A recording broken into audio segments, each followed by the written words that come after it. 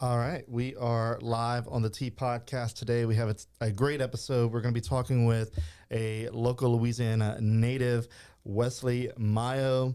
He is a owner of His Essentials and Co. in River Ranch in Lafayette, Louisiana. A great local business for men's fashion. We're going to be talking about all of that, his story into Lafayette and kind of Louisiana as a whole, and kind of how he got into fashion. Also, real quick, our studio sponsor is Optimize Generator People, OptimizeGP.com.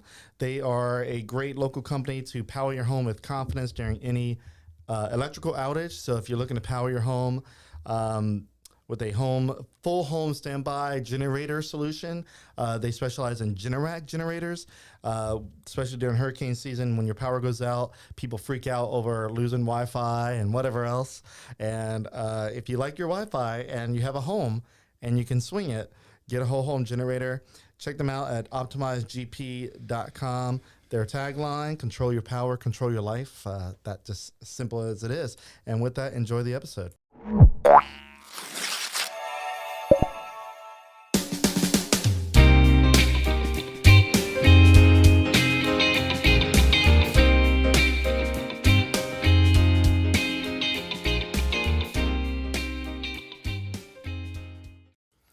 All right, and then our presenting sponsor is Chase Group Construction. They take the lead and become your one point of contact for the entire design build process, or if you're looking to build a new business from the ground up or just to renovate a business, chasegroupconstruction.com. Check them out. Great local company as well. They've been sponsoring the podcast and developing Lafayette for many years. We really appreciate them. And their website on the screen there. I forgot to put it up. It's on the screen now, chasegroupconstruction.com. You probably have seen their signs out and around town a good bit. So really, really cool business, and we really appreciate them. And with that, let's get the conversation started. And Wesley, welcome to the T Podcast, man. Thank you so much for having me, man. Super exciting, especially to be able to do this. First time ever. Really? Is your first podcast? First podcast like this. Right on. Okay, so right off the bat, we got a comment already. Oh, wow. I know. It's a dear follower of mine, Catherine Lemoyne. So she says, men's fashion. Make sure to listen to him. Thank you, Catherine. Appreciate it. I bet he doesn't recommend jorts and hey bros. Okay. I don't. God. Thank you, Catherine. Appreciate the roast already early this morning. Okay. So let's learn a little bit about you. You're a Louisiana native, Yep. but you're in men's fashion. It's not very often you see a man in Louisiana specializing in men's fashion. Okay. Typically, that's in my experience, in my worldview of Louisiana, you see men specializing in, fishing. True. Oil field, mobile detailing. Yep. That's like the men's thing right there. Hunting, all this stuff. Boat painting. I don't know, boat creating. But women are typically the fashion moguls here with all the women's boutiques. I mean, we have so many Several. Yep. women's boutiques that, like, for a man to find good fashion, how does a person even go about, especially in South Louisiana, even go about going into the fashion business? Well, for me, it kind of made a big full circle. Never thought 20-something years ago I'd be sitting here today owning my own store, right? So grew up in Bunkie, Louisiana. Wanted to get out as soon as I could when I graduated. Moved to Lafayette and started going to college at the Louisiana Tech here in accounting. Always kind of liked business and numbers. But very quickly wanted to kind of continue my growth and move forward, right? So I ended up moving to Houston.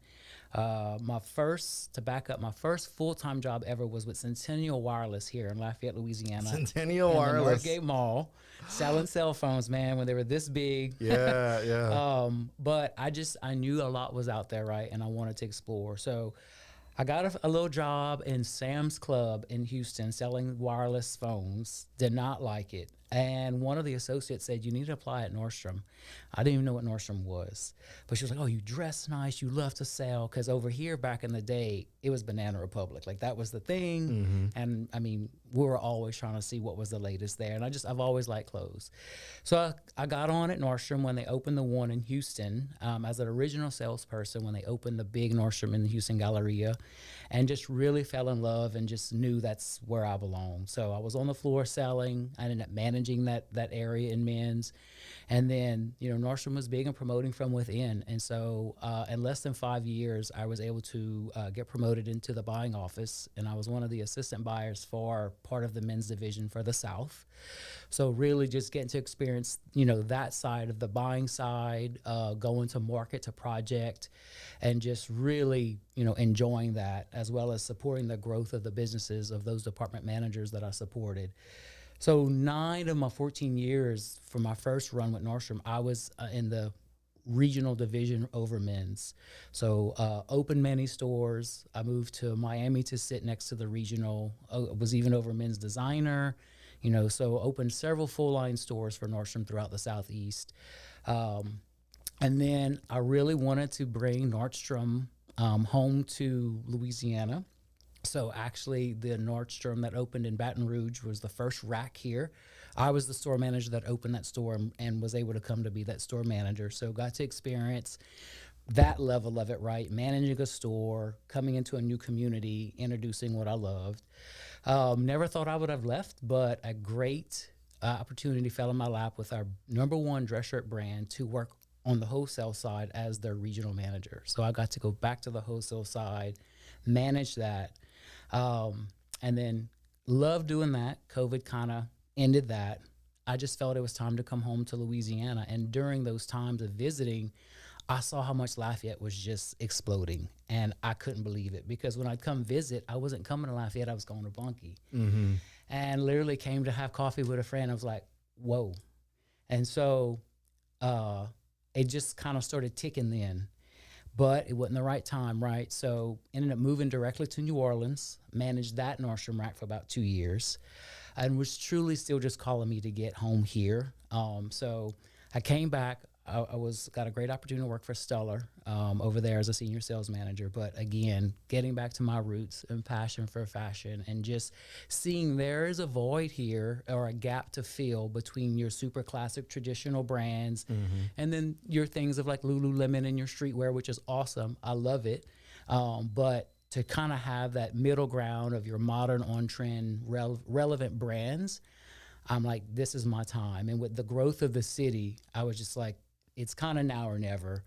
And so just taking a lot of my learnings and my level for customer service, right, and relationship growth. And here I am 6 months in. Cannot believe it's 6 months. So excited for that, and just implementing all of that and creating those relationships, and wanted to be a very kind of organic and kind of homegrown feel, doing a lot of collaborating in the local city with different people who own their own businesses, launching things like Mudcat Whiskers. That was a local brand of fragrance and grooming products. He's in my store. He's my only grooming line that I carry, and he's local.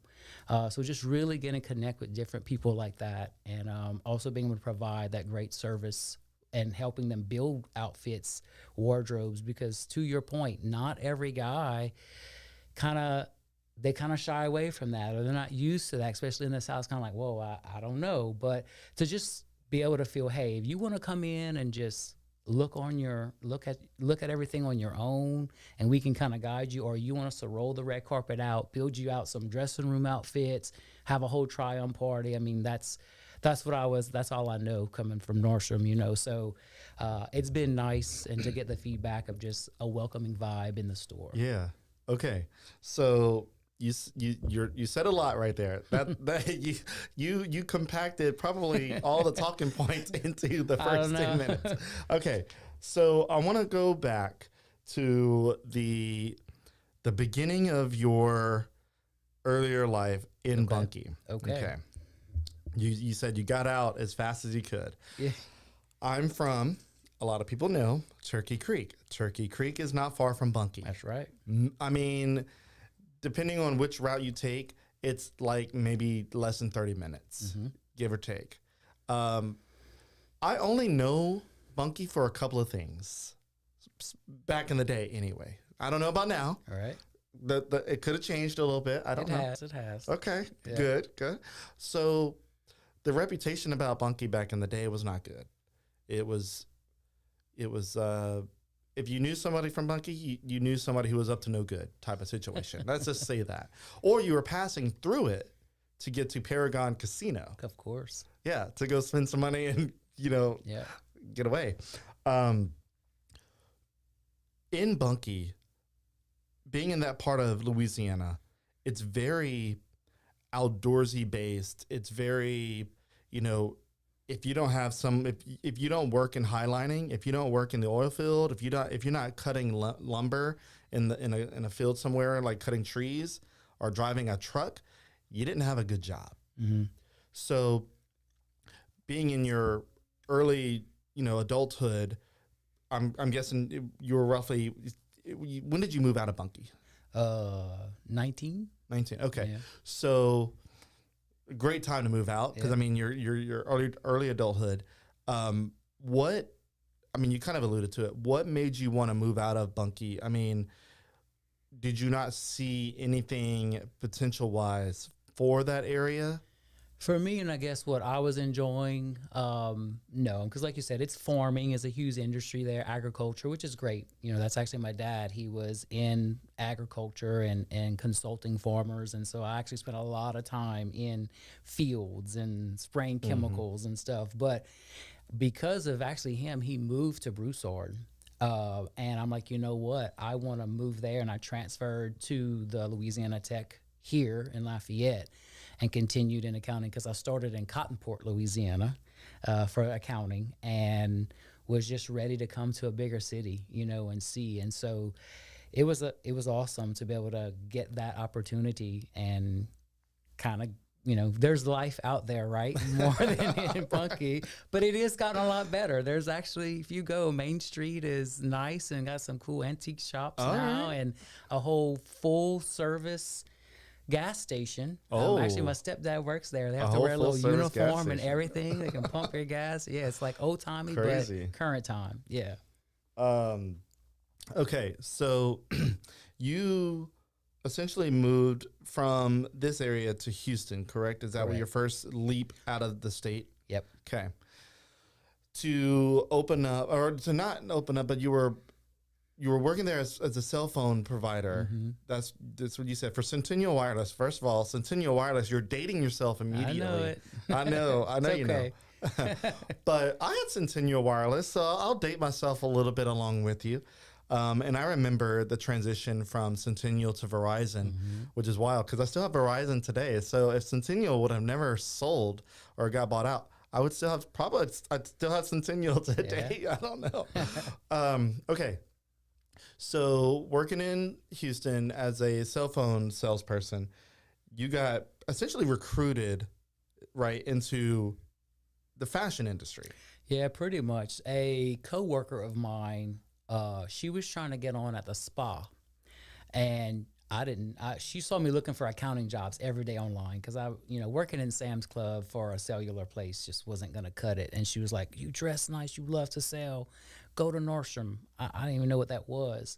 She was trying to get on at the spa. She came from a medical office and knew about it. And that's how I learned about it. I had been to Saks before, maybe Neiman's once, I don't know. But, we didn't have those type of higher end stores here in Louisiana. So other than there is in New Orleans, but being that young, I wasn't, knowing too much about that. But that's how I found out about Nordstrom and went and applied and went for several interviews and was part of their original team that they hired to open in men's. Okay. All right. I want to go ahead and get my last sponsor in so that we can keep peeling this onion because this is good. All right. So Music Academy of Acadiana. If you have not heard about them, they are a great local music school. I was trying to pull up the logo here, but it's not working. There you go. Anyway, Music Academy of Acadiana. Look them up, musicacademy@acadiana.com. Great local school, about 500 students in and out each month, and they're great. They teach everything from guitar, drums, violin, saxophone. They help you improve your voice if you kind of have a voice. If you want to learn audio production, they can help you learn that as well. Great local school, like I said. Check them out, musicacademy@acadiana.com. They're on Facebook, Instagram, TikTok, all those places. The founder, Tim Benson, he's a local guy, went to UL Lafayette for music school. He's a graduate there, and he's also in a cover band that is designed for early 2000s alternative rock, punk kind of stuff called The Criers. Check them out, really great band. With that, we really appreciate their support. All righty. So kind of, continuing on. So you got into Nordstrom, and you mentioned that they hire within the company. Yep. So you were there for how many years? Total, almost 20. Because I left for a little while and came back, but total time at Nordstrom, almost 20 years. Wow. Yeah. That is a while. It was a while. That's a while. That's a veteran. Oh, my goodness. That's why I say I feel like I have a 2-year degree in accounting, but I have a doctorate in Nordstrom and just, the world I'm in, fashion. You get your PhD in men's fashion, dude. Okay, so working in, a fashion retailer like Nordstrom, which is, I wouldn't say Nordstrom is fast fashion, is it? No, yes, but no. So if you get to, your bigger cities, they'll have a little more of your forward stuff, but it's a blend. Yeah, okay. It's a mixture. Okay. And then you mentioned Nordstrom Rack. Correct. Which Nordstrom Rack, if I'm not mistaken, you can correct me if I'm wrong, is the outlet version of Nordstrom. Yep. So it's your off-price entity. They get product from multiple different ways, from after things are marked down so many times from full line, but also they can go to suppliers and they might have a lot of goods from prior seasons to purge. They get a really good deal to buy it all and pass it on through the rack. And some brands, really good brands, will make a rack tier or a rack brand for rack only. So it's still amazing product that certain suppliers will make for the rack, and it's, good savings. Yep. So that's how they get all their product. Okay. Were you involved in opening the Nordstrom Rack in Lafayette? I was. I came to help Angela. She was the store manager. So as a store manager, we come to help prepare. I was there for grand opening, and was there for a few days. Same in New Orleans. Yeah. Yeah. Mm-hmm. Yeah. We still have Nordstrom Rack here, right? Absolutely. Okay. Oh yeah, right by Old Navy. Yeah, by Old Navy. I know right next to Nordstrom Rack was also Off-Broadway Shoes whenever Nordstrom and all that area first opened. Mm-hmm. But Off-Broadway, I think, closed, and I think that's where Old Navy is now, I think. I believe so. I'm not 100%. Yeah. I don't know. That area, it's growing. It's growing. There's a lot of changes happening there. Blaze Pizza, not long closed, which is wild because that's been open. That's one of the first businesses to close besides Off-Broadway. So you mentioned Miami. I lived there 5 years. Okay, God. Okay, so Houston, Miami. Houston, Dallas. Oh, Dallas too. 3 okay. years, yep. And Atlanta too, right? After Miami. Oh, my goodness. And Baton Rouge, yeah. Okay. Yeah, Miami, I always say it was a love-hate relationship. So, I mean, it's phenomenal to get to say you live there, experience that. I mean, I lived in a high-rise right on 3rd and Biscayne, 3 blocks from the Heat Arena, overlook the bay. But it's a hectic, very fast, so especially coming from the South, you get there and you're like, oh, okay, you got scooters and mopeds and skateboards all in the road all at the same time, right? Kind of made me started driving German and got an Audi. But no, it was fun. I got to meet a lot of great friends, enjoy some beach time, and I had started CrossFitting a lot, and that at the time that's where I learned that, and got a really good community there. But it's cool. It literally is. It's like a tropical, kind of paradise to get to live in. Yeah. So, what I guess I'm trying to figure out now is, with your experience in larger cities. I mean, Houston's the fourth largest city in the United Correct. States, Yep. behind, I want to say, Chicago, I think. Um, it's kind of wild. So Houston, Dallas, Atlanta, and Miami. Now, Yeah. Atlanta is a bigger city, but it's like 34th largest Uh-huh. city, which I thought it was like bigger than that.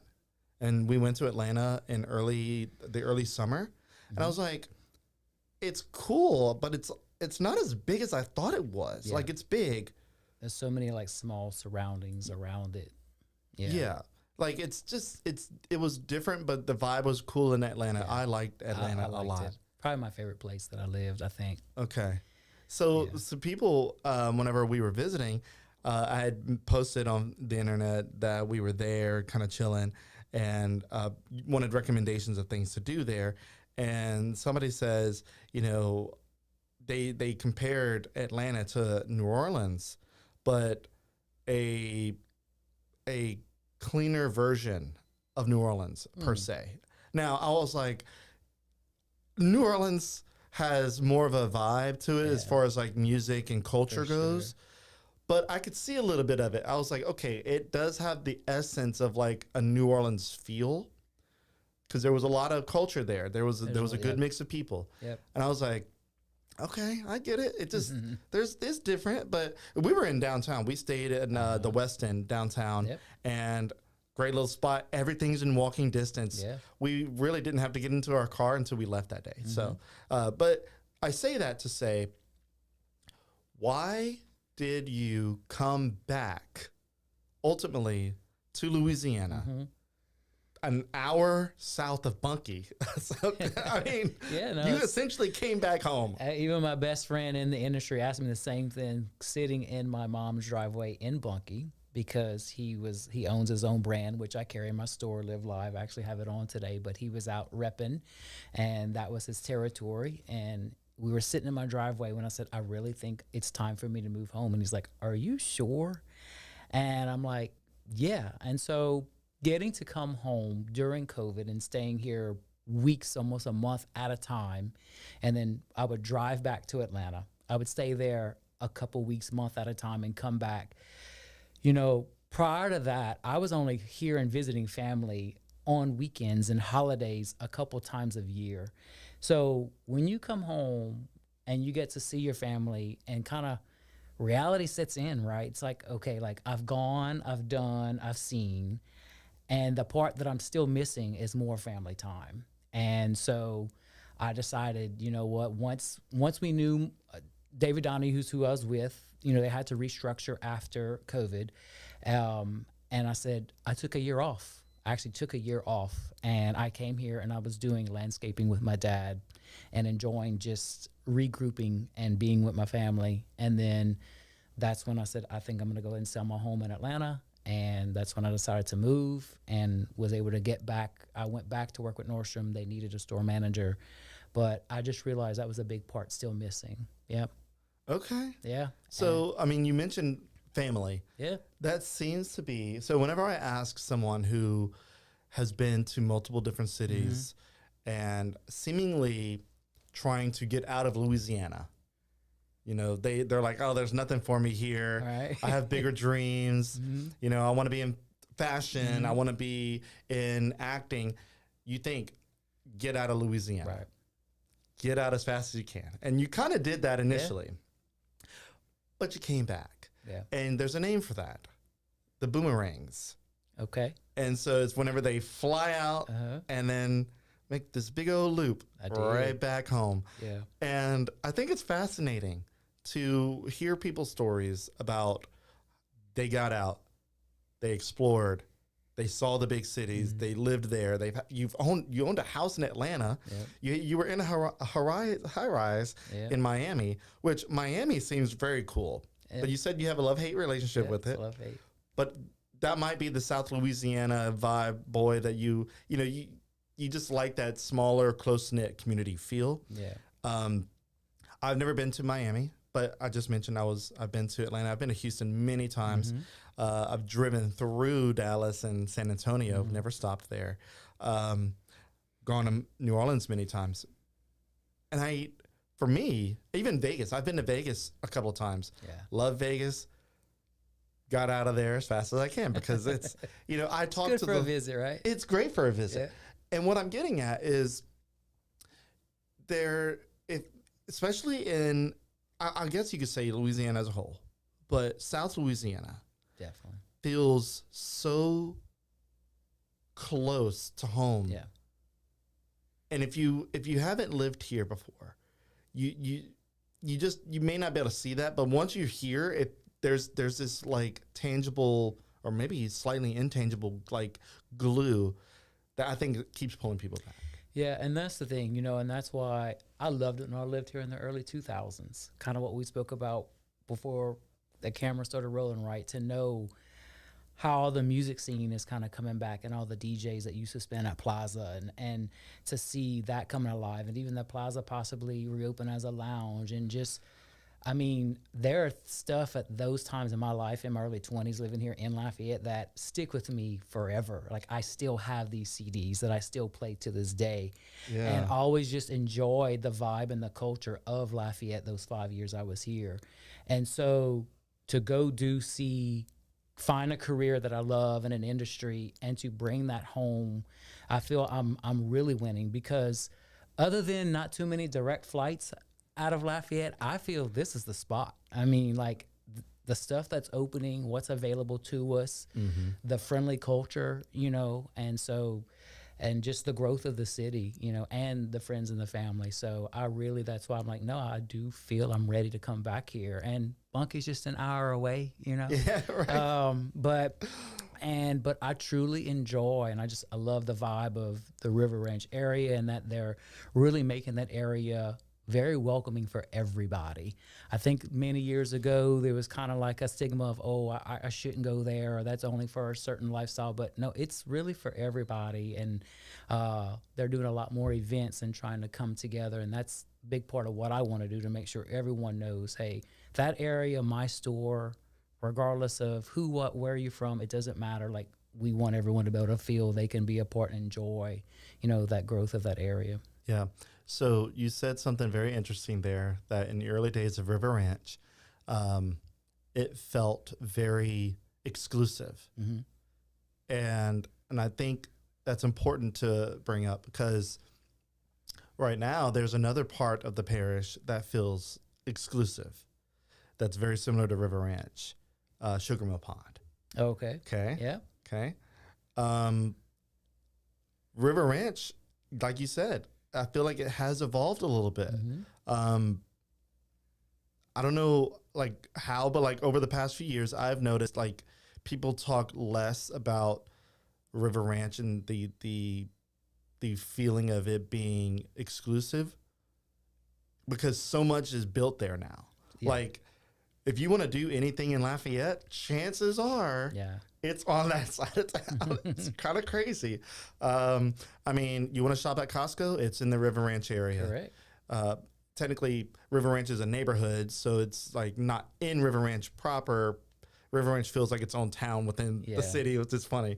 But, you got really well-known restaurants, out of Baton Rouge and all that planting there. There's a lot of things happening. There's a lot of big brands. There's a lot of local brands that are really popping up. Yours for one, a men's fashion boutique, which is really nice. And people from outside of the city, Karen Crow, Broussard, Scott, all filter into that area because there's things to do. And it does feel more open. Correct. Instead of, hey, you don't really belong here. Don't spend your money. No, we want you here. It's kind of the thing I'm hearing. And that was one of my biggest ahas that I did not think to expect once I opened my store. So not only from our neighboring little, smaller towns and cities of Lafayette, the amount of people that come to River Ranch from Texas, like or every time I do come this way, we've got to come stop by River Ranch to shop. Ruston, Monroe, and it's something like they come in groups, but they're not together. It's so weird. Sometimes like I'm from Lake Charles, I'm from Lake Charles. Random people who are not together, but it's all in the same weekend. I'm like, this is awesome. Like, I never would have thought that. And a lot of people look forward to use it as like a destination, somewhere to go, and they enjoy the experience there when they get to come. Yeah. Yeah. Yeah. I feel like it's very similar. You've been to Destin before, right? Yep. Have you ever been to I want to say it's called the Baytown Wharf? Is it the Baytown Wharf? It's some type of wharf area where it's through a very nice neighborhood. I call it the country club neighborhoods. Okay. With the golf cars, course, kind of, and the golf carts flying around Lots the of street. those in River Ranch. Okay. Yep. Yep. So very similar. Now, Yep. River Ranch doesn't have a golf course that I know of. Maybe putt here and there, but in Destin, there's a place. It's kind of a destination area. It's not on the beach. It's on the bay side, but you can go there and there's restaurants. There's like almost like not a theme park, but like theme-esque like things to do, like activities. And there's like movie nights, and it's like a really cool little place within inside this neighborhood. And you got to go through a gate, like they have security and nice. everything. Yeah, so it's like it's one of those places like It's a thing. there's well-to-do people there, and it's this little almost like a River Ranch community, and it's a shopping destination and it's a restaurant destination, kind of nestled in this little zone. And I feel like when we go to Destin, we're like, hey, we need to go here. I feel like that's kind of Lafayette. Oh, if you're in Lafayette, you do need to go make a pass by River Yeah. Ranch to see what's up and what's going on. happening. Correct. Yeah. Okay, so now you're back in the Lafayette area. You mentioned years. Stellar. Yeah. Uh-huh. Okay, how many years you said you've been back? Two. Two. Right at Okay, two, yeah. so essentially a born again Lafayettean. Okay. You worked at Stellar, or you're still working at Stellar? I recently resigned 2 weeks ago. I Oh, was there wow, right at man. 2 years. Kind of unexpected. Yeah. But a great opportunity fell in my lap when I went to market a few weeks ago in Dallas to get back repping two brands on the wholesale side. So while, yes, I have my store, my partner runs the store, we're not cranking out enough volume yet to also support me full time. And so I was still working a full-time job. And to get back, other than owning my own store, when I repped Donahue and worked the wholesale of a brand, I love that. And so it was just right timing. A sales manager from one brand that I knew was now over two brands, and they were looking for, I guess, some change in their rep. And I was able to take over their Southwest territory, being able to still live here, rep these 5 Southwest states, and still have a lot more flexibility and be at my store. They know I have a store. I'll be carrying those brands, American Heritage and Louisiana, Visconti, in my store. Okay. So I just got my first delivery actually of American Heritage for fall yesterday, and then probably spring I'll roll in the other brand. Luciani is a entry level of Italian goods, so very nice knit sport coats, things like that. Yeah. All right. So perfect segue to go into talking about your store. And so I kind of set the scene of, how you got to where you are. And so now you have His Essentials 6 months to date that you opened it. And I mean, you're essentially in relatively uncharted territory as far as the shopping scene in Lafayette. So like we mentioned earlier, lots of female boutiques, lots of women boutiques, Yep. children's boutiques everywhere. Yep. Men's boutiques are very rare. There's a couple little splattered through Lafayette, but for the most part, there's like maybe a handful, Right. and you're one of them. Yep. So how was it to open up a store that isn't necessarily the most common, popular, perceived business? That's great. I think it's an educated risk, right? I think there are risks, and like my old GM used to say, there's risk and then there's educated risk. But I think buying smart, bringing in brands that, while yes, I want to evolve the fashion envelope a little bit, but also knowing, hey, we are in South Louisiana. I'm not in New York, right? And so just bringing things that are a little different, but still like, wow, I'm glad you have a little different. Because one thing that I've always felt living here the first time, this is a very on-trend city. I think folks like to have the new cuts, the new haircuts, right? You see all the mullet cuts. Yeah, right. You see the 80 looks. You see the big trucks now at rims. Back in the day, it was the souped up cars when I was here. But they like to be, it's almost like this version of a big city with what's the latest and greatest. And so I think just finding the sweet spot of how to introduce them with that through apparel as well, it's been received good. To where I carry a mixture of brands that are kind of more on the modern, simple side, Fidelity denim like what I have on today, nothing crazy, just good Italian fabrics. Billy Reed, a modern brand that they have a store in New Orleans. Actually, Billy is from Louisiana originally. He resides in Alabama. I'm the only boutique to carry that brand within a shop other than a Billy Reed store here in Louisiana. So just taking it slow, kind of having to chase my product a little bit so I don't overbuy, and just trying to figuring out my customer and what they really like and don't like. So So in the 6 months you've been open, what has your clientele been like? Do they want the higher end fashion vibe, or do you still feel like it's guys that want, simple looking shorts and a nice button down shirt? Both. So, and I think it's because I have literally my customer base is from a high school kid, which is great. They're rocking the 5-inch inseam shorts, and we actually were able to make my own essential short with our own label on them. So you're looking at like a $35 short that looks like a Lululemon style short. They're loving them. All the way to a guy in his 70s who comes on his golf cart in River Ranch and is very excited that he can get Selvage Denim and Billy Reed and Robert Graham and seeing some other brands that he didn't know about. But the one thing that's kind of cool, which I like, those 50, 60, even 70-year-olds, especially the 50s, 60s, I think here in the South, and it is about having fun, they're open to kind of trying, like, oh, wow, I don't know this brand, but I like this. Let me try it on, and so that's exciting to me that they're like, no, I'll check it out.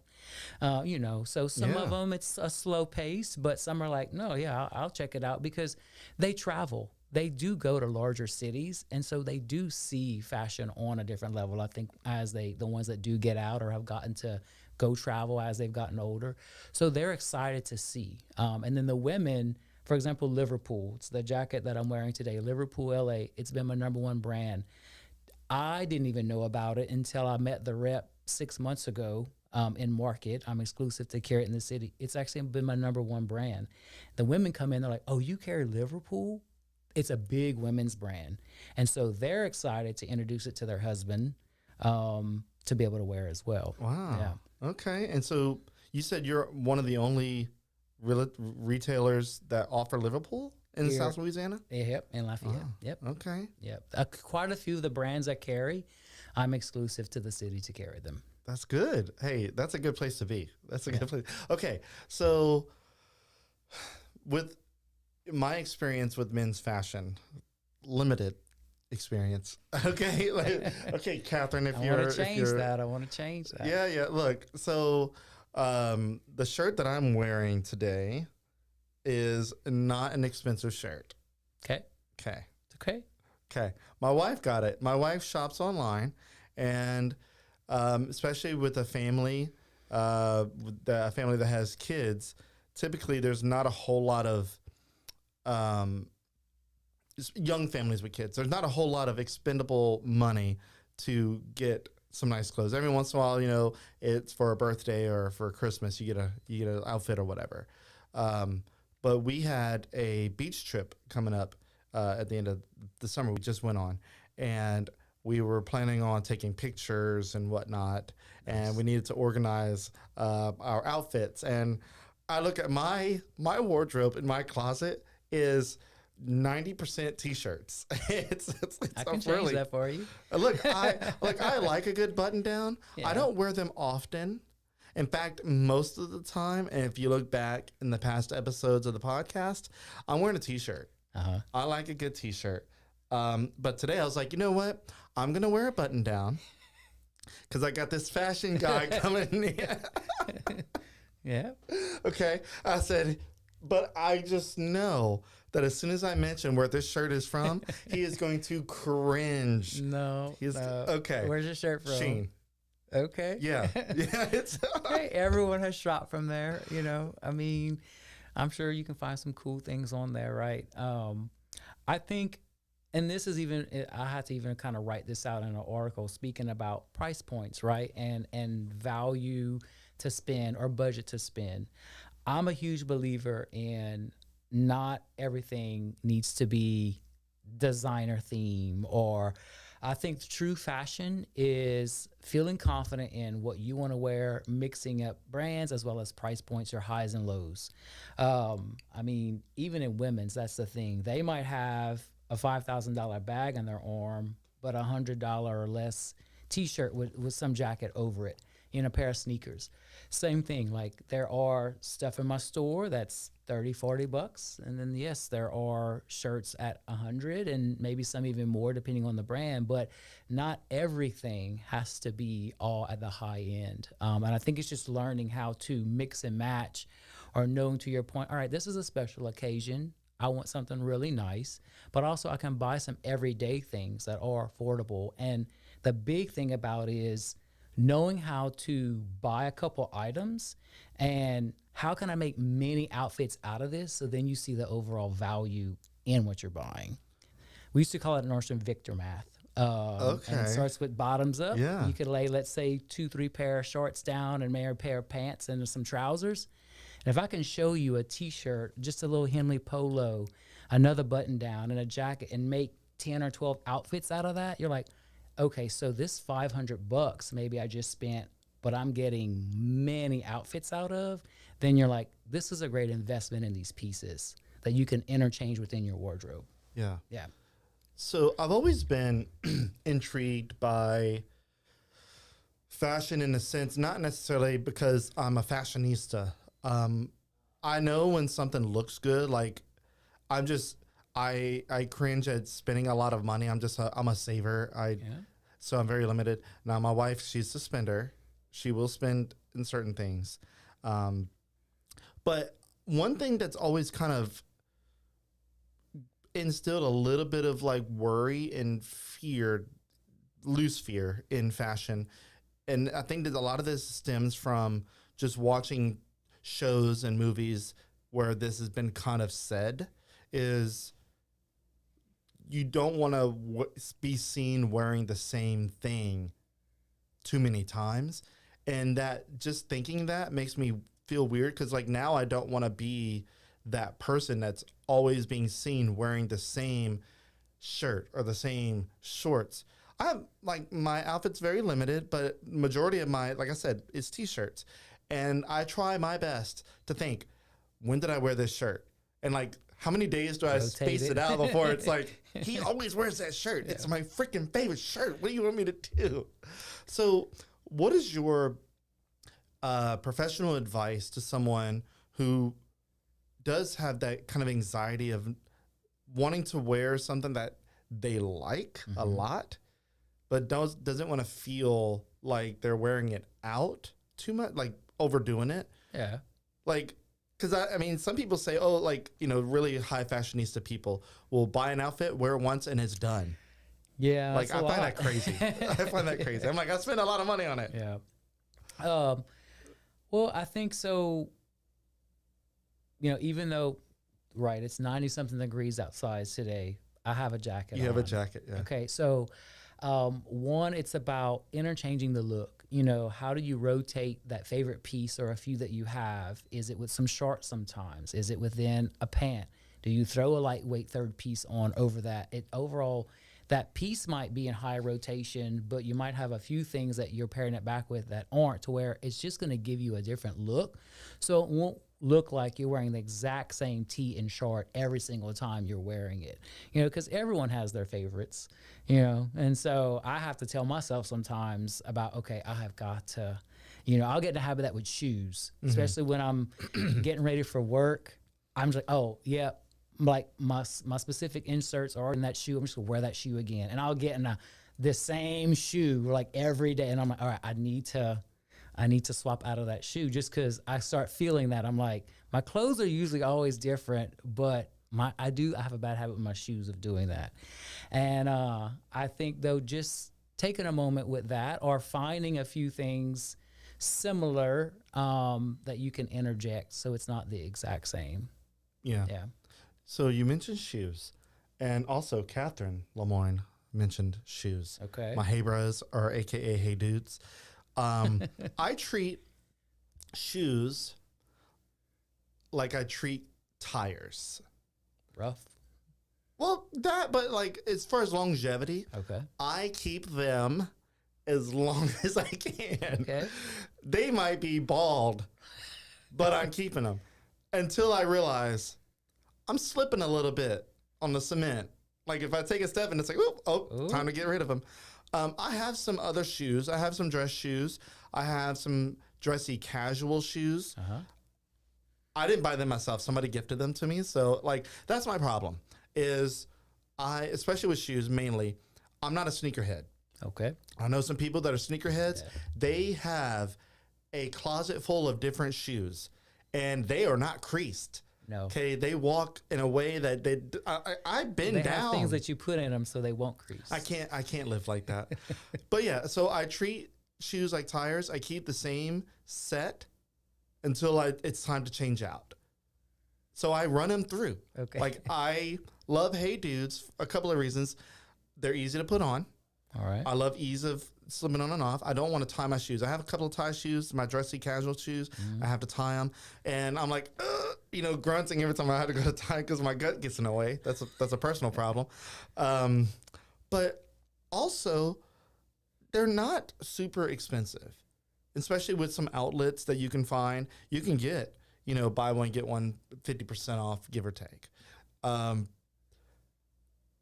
Is that a bad habit? Is that a bad thing, or is it just personal preference? Like, I never feel bad about wearing my Hey Dudes. Yeah. Until someone like Catherine says, "Oh, he needs to try some different shoes." I think it's a personal preference, but I will say where my mind goes with that is more so if your shoes are that getting worn, are you getting the right support for your back and everything else? Like if you're constantly wearing these shoes and are that worn out, like because after a while they'll wear and that's going to affect how you walk. Yeah. To where you're not going to get the same support as you used to in them. So that's my mind went there, I guess, because I'm not young either, and I live with a chiropractor or a physical therapist, and so I'm like, I have to have custom orthotics in my shoes and all this jazz. But I think diversity is always good. Change them up. But if you like a brand, stick to the brand. Maybe just rotate through a few. So what you're saying is I need some more Hey Bros. Maybe get some more Hey Bros. I don't carry those. I only have Liverpool shoes. Okay. I have 2 different sneakers from Liverpool. But I know they are a big, a big popular thing right now. Yeah. Yeah. My problem and my only gripe with Hey Dudes, big gripe, is, and this is a lot. You may be able to speak on this better. I feel like this is becoming more common in consumer goods, and I feel like fashion is a consumer good. Sure. It is disposable. And Hey Dudes, they wear out. The soles are not built the same. I remember shoes back in middle school. I would raw dog those shoes hard, dude, and they were still holding up. I still had a sole. I still had like a foot where I had grip. Hey Dudes, maybe 6 months in, 8 months in, it's almost time to trade out because they're getting smooth on the bottom, and it's something to do with the foam that is. They're designed, I feel like, to wear out fast, so you get a new set. Yeah, I think I've always said this with everything: vehicles, clothes, car, whatever. You get what you pay for. If it's lower priced, it's a value. It's going to be there for a little while, but it's not going to last. When you look at a BMW versus a Kia, I've had both. Right. There is a difference when you drive them. I miss my BMW. Okay. Where you wear a $30 pair of sneakers or a $300 pair, there is a difference in that the type of leather and fabrics that were made to build that sneaker, they're going to last a whole lot longer and feel a lot better, you know? And so being in that fashion world, it's always kind of been like, you know, it costs to be cute or it costs to look good. Like, it does, but there are the high, like I said, there are the low things you can bring in. I think if that's the thing, you might have to just, like you were saying, rotate through them. They may not just last as long. Yeah. But because a lot of stuff is kind of fast fashion, right? Like I love Zara. I mean, Zara is similar to that. So, you know, some of their stuff lasts actually longer than I thought, but their price points are amazing on a lot of things. We don't have one here. There's one in Baton Rouge. So there's an actual physical store for Zara? Okay. Yeah, it's called Zara. So very, you know, kind of high trend. Is that like H&M-ish? It is. It's like an H&M. And so, but I was impressed, you know, back in the day of just how, you know, they had good value for the stuff. But at the end of the day, if you're buying a $35 shirt versus a $75 or $80, you know, your fit, how good it's going to wash and wear. And that's a big part too. Like this, all of Live Live is Peruvian Pima cotton, made in Peru and pre-shrunk. This is going to last, fit, and feel 10 times longer than something that was $20. And so it's a little bit of like an investment, you know? And so, and that's the thing. It's like you won't burn through these as fast as a shirt that was maybe $15, $20. You're going to constantly be on Temu or wherever buying these cheap shirts. Well, if you take all that and buy a couple that are a little more, they're going to last. They won't fade. They won't shrink as much because they were made better, you know? Yeah. And and it's possible that, you know, there's a mindset where maybe the quality or the getting the longevity out of it isn't a concern too. Yeah. Maybe some people just want to change their outfits so often that they're willing to do the fast fashion, cheaper options. But I think you said something that's very valuable is, and I've heard this before, is if you want it to last, you'll spend a little extra money on it to not keep buying it over and over and over. Yeah. And I think just mixing it all together, mix the highs and lows. You know, there's definitely plenty of times I'm in a $20 something and a nice pair of sneakers or whatever. Like I'm not, you know, $200 head to toe. Like, no, it's just knowing like, hey, this makes an outfit. I feel good in this look. Yeah. This is me and this is what I'm rocking for the day. And it literally could be, you know, even our store, we have a thrift rack. I have a buyer's closet rack that a friend of mine has a women's, men's, and kids boutique in Dallas. We were actually buyers together years ago. And I saw a few months ago her talking about, if you like this stuff, I'll bring more. Let's see how it goes. And so I reached out. I'm like, so is that your stuff? And she said, yes, it's doing really well. Instead of, you know, not having anywhere to sell myself or go and sell or donate, she took some of her items, because again, she's a store owner, has tons of clothes, and started doing a buyer's closet rack of like kind of like her own thrift version. And she's like, you should try it. And so now with having a store and trying to wear more of the stuff from the store, it's like all this stuff both me and my partner have that's been stockpiling. We're like, well, you know what? Let's try it out. And so I have $5 t-shirts, $10 button downs, like $30 jeans. And sometimes we'll sell 15 units, 20 units a month off this thrift rack, because it's, again, they might, oh, I like this shirt here and buy something new, but I like this $5 t-shirt too. Yeah. Yeah. And so are these items, you said thrift, so these are already pre-worn? Yeah, they're ours that were worn before, and either before I would go sell them at Plato's Closet, for example, or donate to Goodwill. Here they are in the store, and they're advertised as that. They're thrift, they're used, and just a great value, because, again, I need room in my closet, basically. And they've really been excited. And thrifting is a really big deal, you know? And so we've gotten some really good response. There's a customer, I think he came 3 or 4 times in this past week. He doesn't live here. He's about to move here. I'm not sure where he works, but he works here. And he's crashing at a friend's place. And so he's come every day to say, oh, I'm just going to grab another shirt to go to work, grab these pair of pants. They're $5 and $10 items. And so he's able to just, it's like helping him out. And he's like, no, this is great. You know, so I don't have my place yet. I'm crashing at my friend's house. I don't want to really have all this stuff with me or do laundry. So he comes by a thrift item. And so, yeah, I think it's about just mixing it up. Yeah. Okay. So we are at about an hour. So I want to go ahead and start closing out. And I want to ask you, what is the future plans for your store? Obviously, get it to a point, I'm sure, that it can sustain your lifestyle and be a full-time thing for you. I think that's a dream for a lot of people. True. But let's say that happens. Let's talk like 5 years down the road. What do you hope to see for your company?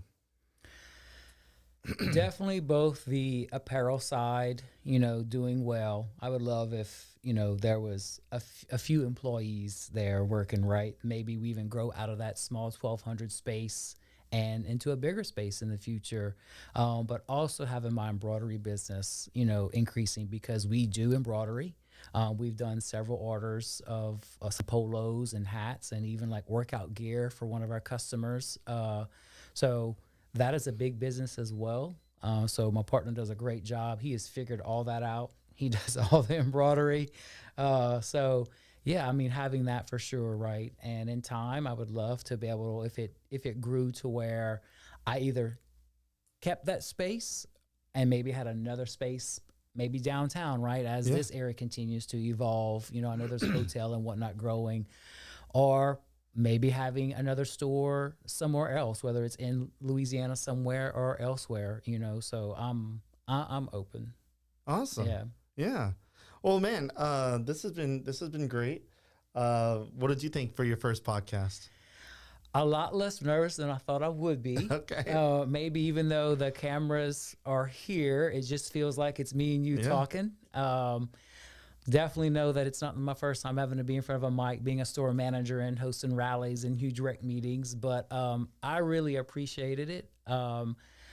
Walking in, like I said, just seeing the space before it started, it just has a cool zen vibe, and I think you do a great job with setting it all up. So I appreciate the opportunity definitely to come here today. I appreciate you. Well, man, I think this was a great chat. I definitely got some value out of it, and I'm hoping that you got some value out of it too. It was a great conversation, and with that, man, I hope you have a great weekend, I look forward to seeing the success of your business. Yes. One big tip, our big end of season sale started today, this morning. It's online as well as in store, running now and to be continued.